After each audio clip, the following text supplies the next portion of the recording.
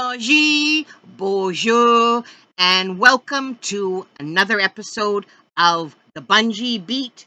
I'm well, you but. Of course, this is a standard Bungie, the Red River Dialect greeting taken directly from Cree. Today, folks, we're going to talk about two of my passions, Bungie, the Red River Dialect, and the fur trade voyageur history, and really how there has been some fur trade historical references to Bungie, the Red River Dialect, and of course, you're with your host, Alexandria Anthony. Languages and dialects are one of the greatest emblems of human diversity, and they really reveal just how astonishingly different it is possible for human beings to perceive, relate to, and really make sense of the world we are in. And they are also the finest libraries in existence in which we can find our collective history, our knowledge, mythology, and perceptions of an entire people, and in this case, the Métis people. Languages and dialects really die because people stop speaking them due to various reasons such as social pressures, demographic change, and external forces. And in my mind, folks, colonialism has perhaps been the greatest force behind the extinction of languages and dialect in human history. So colonialism has played a key role. And Bungie, sometimes also known as Bungay, Red River Dialect, really refers to the distinctive dialect which flourished in the Red River settlement in Manitoba, Canada, by the end of the 19th century. It was based on the speech of the descendants of English, Scottish, and Orkney fur traders, and of course their Indian or Métis wives. And with the confluence of settlement at the Red River, people gathering at the settlement at Red River, there was also the added influence of the French or Michif speaking Métis, the Scottish settlers, many who only spoke Gaelic when they came, Saulteaux and Cree Indians, and assorted others.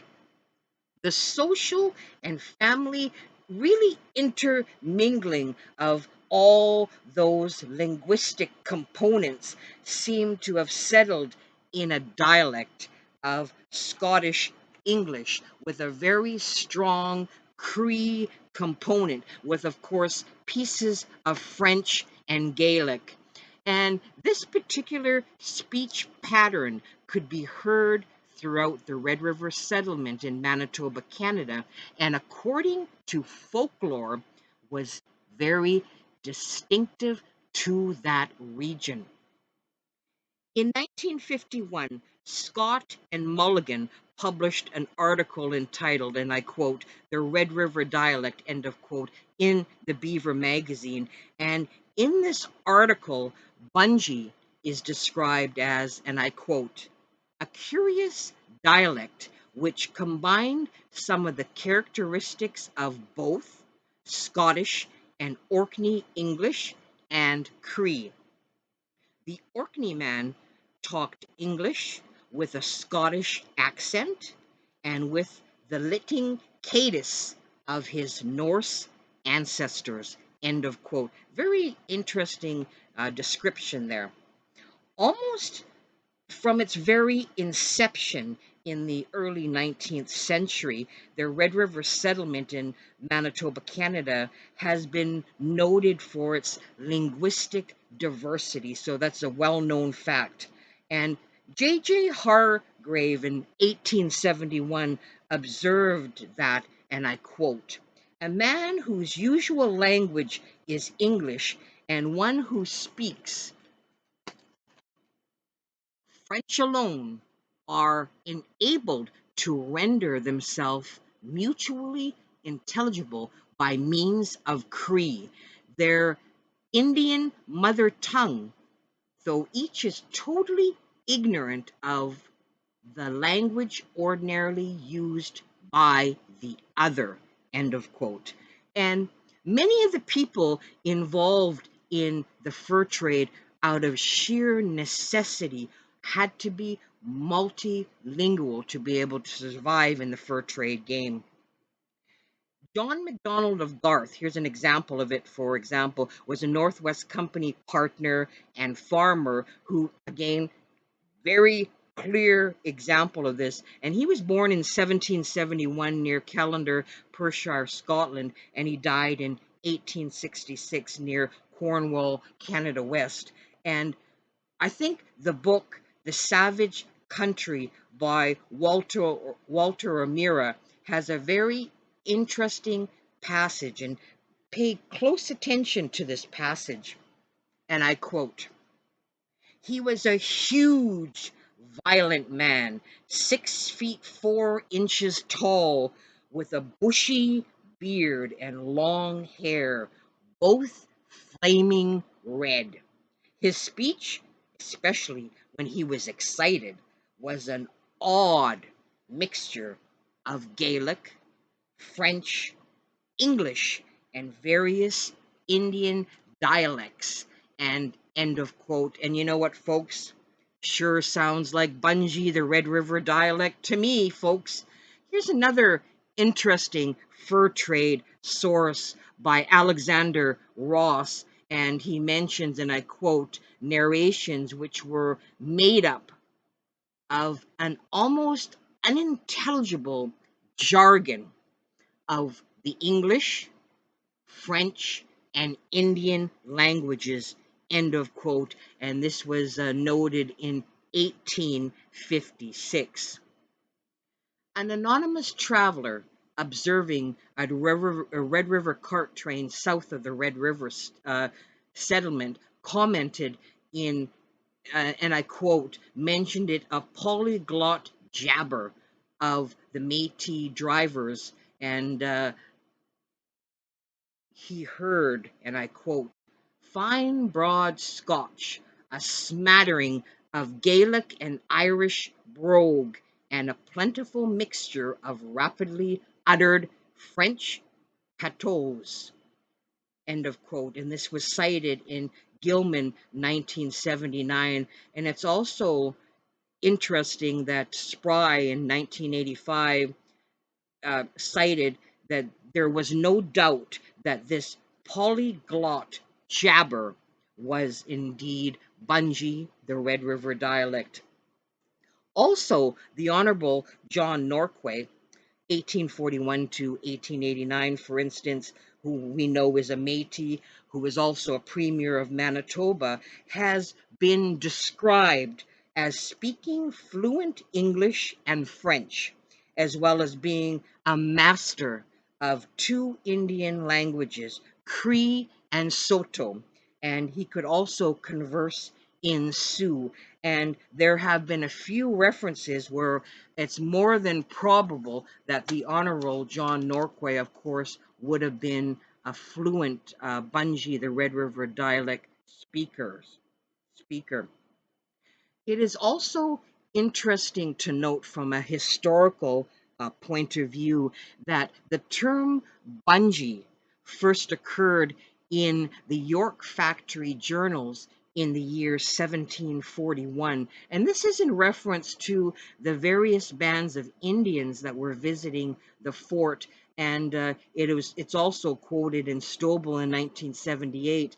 And there's also been subsequent mentions to include, of course, uh, a letter from James Isham at York Factory dated August 26, 1759, and I quote, 7 canoes of Severn Indians came on the 29th of May, brought but 37 made beaver and 10 canoes of Bungee Indians, which is near the said river, but a great distance up. End of quote. And this was cited again after Stobie in 1968. So a mention of Bungie Indians in York Factory Journals in 1741. Both Gaelic speaking Highlanders and Orkney men were so much a part of the fur trade labor force that the very influence of their native languages and dialects would have had a huge influence on the English speech of their descendants. And in addition to this, Gaelic speakers were present, of course, at the very inception, the very beginning at Red River and the settlement in Manitoba, Canada. Another fur trade example is Hudson Bay Company, William Mackay, and his writing really shows considerable use of naive spelling and provides some evidence regarding Scottish dialects of that particular time, and perhaps with some reference to Cree, some influence from Cree. He would have undoubtedly spoken one or more native languages himself, as did most post managers in those days. And there is considerable evidence in Mackay's writing of a variety of English which is suggestive of Bungee and the Red River dialect. And I invite you to investigate these, and you can look at William Mackay's journal, specifically Trout Lake, 1843 to 1856, and it's the Hudson Bay Company Archives, B-239. And now we come to the favorite part of a Bungi Beat episode to me, where we get to hear the Bungi Red River dialect for ourselves. And growing up in Selkirk, Manitoba, I had the great privilege of, as a child, hearing this curious dialect and not really realizing what it was, but indeed it was curious and odd to me. And we're going to get right into it. And I quote, "I'm not got a 50-cent beat dust, no boy, but I'll bet a shilling worth of sweeties at the corner star that ye often think long o' thou out Red River, and wisten ye was back picking tisipo neats and seeking your old red cow with spots now and again. I owe for ye Osborne Scott speaking on the radio. I think me they're just trying to show off." And end of quote. And this was Bungay from Islay Mary Sinclair that appeared in the Winnipeg Evening Tribune.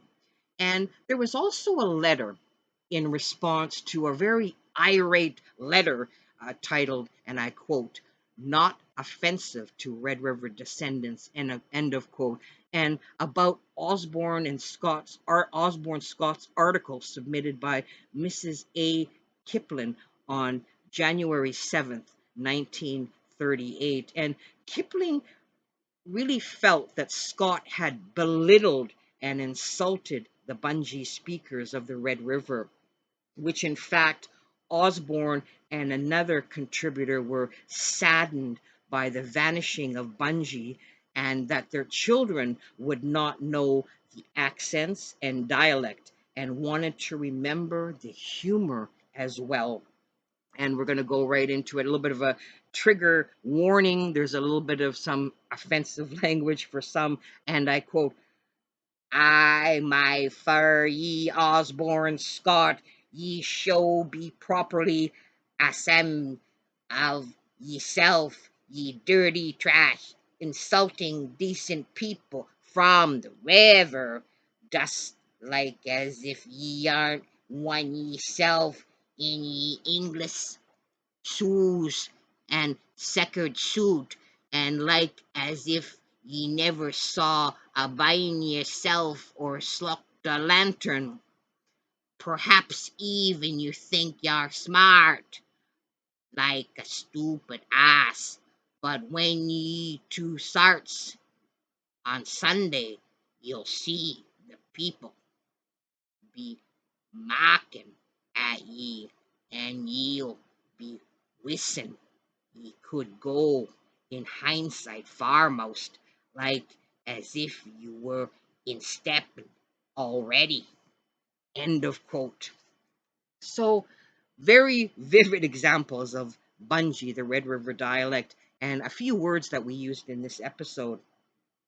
River is river, dust is just, shoes, shoes is shoes, second, slocked light, sarts is church, carn, corner, star is store, sow is show, wissen is wishing, old is old, fur is for.